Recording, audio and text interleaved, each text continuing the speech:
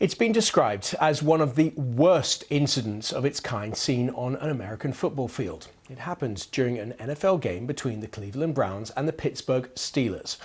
Browns player Myles Garrett is now facing a lengthy ban for an attack on Steelers quarterback Mason Rudolph. With 8 seconds left in the game, Garrett wrestled Rudolph to the ground after he'd released the ball, and then he ripped off his helmet and swung it at his opponent's head. After the game, Garrett explained his actions. I made a mistake. I lost my cool. And I regret it. It's going to come back to hurt our team. The guys who jumped in the little scrum, I appreciate my team having my back, but it just never got to that point. That's on me. Patricia Traynor is a senior editor of Inside Football magazine. She joins me from New Jersey.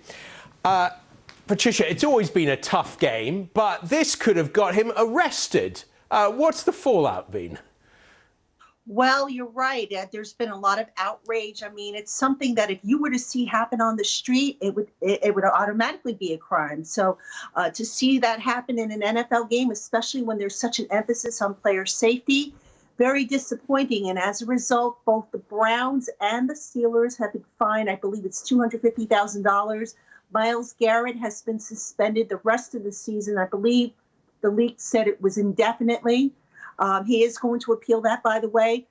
There were also some other suspensions handed down. Marcus Pouncey, the Steelers center, he was suspended for 3 games.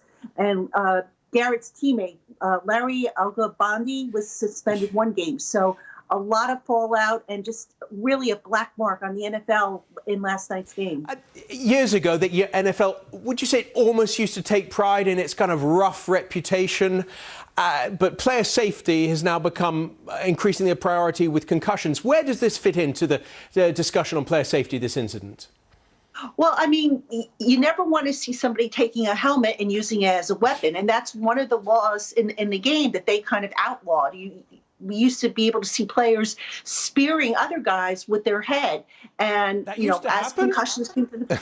Pardon? That used to happen? Guys going off with each other's heads? Yeah, they used to spear, their tackling technique wasn't the best. So you would see guys kind of leading with their head instead of their shoulder, and they would get dinged. And then as concussions came to the forefront, the NFL took a step back and said, hey, we've got to stop that. We've got to put an emphasis on player safety, especially with concussions, because if you think about it, you only have one brain. And if something happens to that, you're basically done. Are today's NFL players expected to be role models in American society? I think people want them to be, but should they be expected? No, I don't think they should. They're people just like, you and me and everybody else who follows the game, and they're not perfect. A lot of them are good players. They're good people.